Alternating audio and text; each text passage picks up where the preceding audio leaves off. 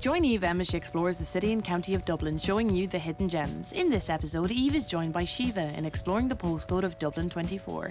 Just a short drive away are the Dublin Mountains, home of some of the most beautiful walks and breathtaking views found anywhere in the county. Eve got to taste some authentic Nepalese food and visited the wells of St. Kevin and St. Columkill.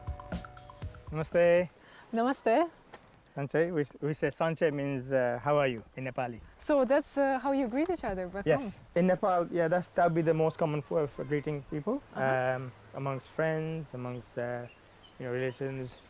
So the handshakes and hugs, they're not common? No, it's not. But saying that, nowadays it's slowly creeping into our society, the handshakes and the kissing and the hugs, but it's not a thing that we do. And where we're going? Well, it's a bit of a surprise. If I tell you now, you might not go up with me. It's a bit spooky, so it's a bit of a horror story here, so we won't tell you quite yet. So let's walk up for a little while and we'll come to it. We'll show you then.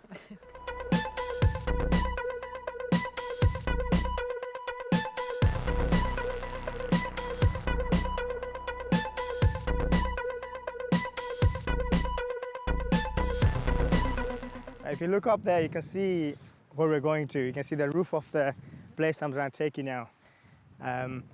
It's the Hellfire Club. Okay. This place has been derelict for about 200 years. This was built by the then House of Speaker of the Irish Parliament, William Connolly, in 1725. Soon after it was finished, the roof was blown away.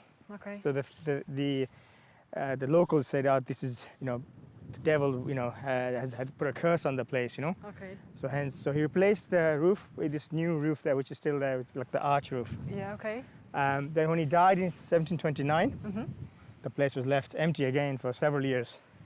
Well, when Rosa Parsons took over the place in 1735, he named the place Hellfire Club. Okay. This is a place where rich men from Dublin Centre would come in and play cards and get naughty and have their fun time here.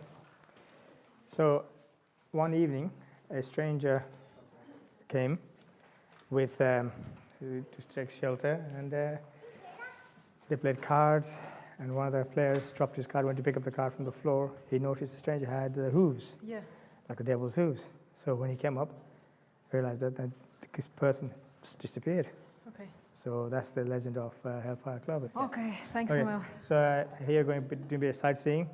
Okay, so please do that, and please come into my house later this evening for a bite to eat. I think we have celebrated my birthday today, so you're all welcome. Oh yeah, thank you very much for the invitation. All right, no bother. So we'll see you later. Yeah, we'll see you later, yeah. Enjoy the views. I certainly will.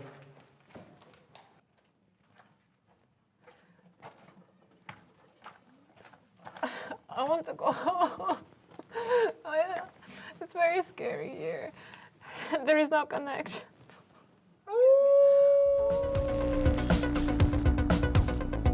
The Hellfire Club is the site of many suspected murders. The screams of a woman who was rolled down the hill in a burning barrel can still be heard, while some claim that the hands of a dwarf brutally murdered are buried under the kitchen of nearby Killikee House, where a horrifying effigy of a demon will pull any chain right off your neck.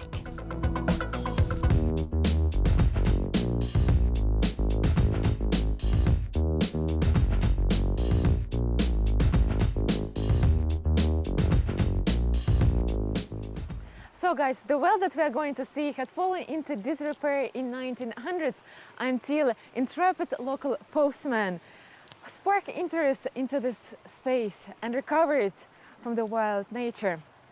And I understand why. It's very peaceful and tranquil here, with the nice vistas on Dublin and outskirts. The statue of Columkill was erected in 1920s over the well, and in recent times it has been vandalized and now it resides behind the metal grille. And if you're good enough, or good looking in my case, you can ask for keys in the Orla College.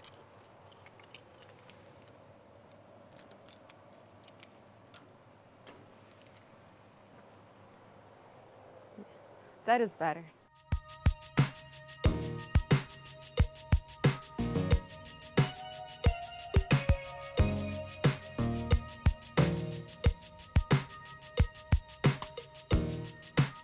He had a chance to run away, but he didn't.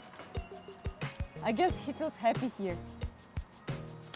So, not to be outshone, but his spiritual counterpart, St. Kevin also has a well around the corner. Let's go and have a look.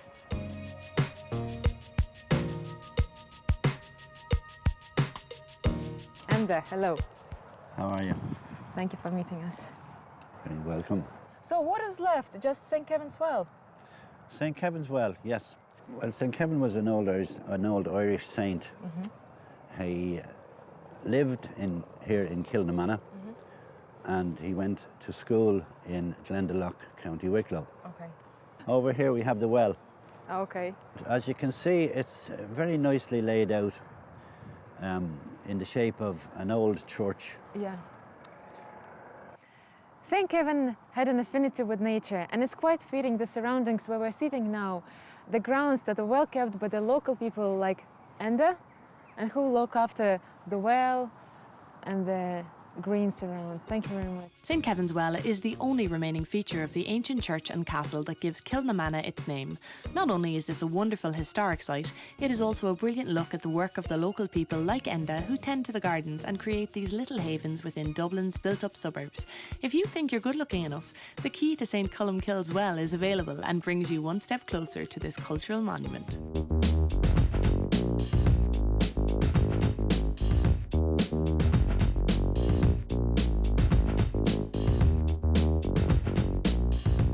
Okay guys, we're on our way to meet Shiva and his family and get authentic Nepalese dinner.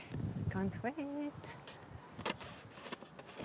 And look at the eyes, they have the same with their restaurant, and they are the owners of Montes of Kathmandu in Temple Bar. Thank you very much for invitation, Shiva, to your No house. problem, mate. Delighted you could be in to celebrate my birthday. So sorry, can I introduce my wife?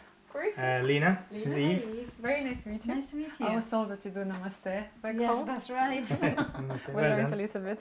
And Great. this guy's a bit cake for you. I'll take it back. Happy birthday. Thank you very much. So guys, what are we having tonight? So we're having very simple Nepalese dinner. A traditional Nepalese? Yes. Without any cultural adjustments like for today? No, not really. You've got that cake. Oh yeah, that's the only cake, sorry. Guys, let me ask about this plate.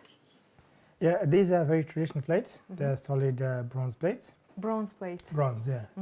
So all the plates are handmade, so no two plates are exactly the same. So traditionally in Nepal, if you're wealthy, you'd use these plates. If you're not, you'll have one or two plates to pass down from generation to generation. Okay. So we bought this a few years back for our restaurant. So we just want to give the most authentic feel and experience when they come to Montes. Unfortunately, we can't invite all our viewers around to Shiva's house for some real Nepalese home cooking, but the next best thing is available at Montes of Kathmandu in Temple Bar, where you too can eat like the Nepalese upper classes off handmade bronze plates. A 6-course tasting menu is offered at €50 per person and really gives an insight into the mouth-watering cuisine of Nepal. Guys, I have to thank you for your hospitality and for sharing with me this collective authentic Nepalese dinner. You're more than welcome, Eve. It was a pleasure. Thank you. Thank you for coming. It was a pleasure to see your passion for your culture and for your traditions. That's a special, you know, you keep it real. And time for cake. Oh, very nice. Thank you very much. Yeah. Wow. So if you wish to tap into authentic visa-free Nepalese experience, you can do it just in the heart of the Temple Bar, place called Montes of Kathmandu. The guys are there and waiting for you. This was Dublin 24. Love Dublin and love life.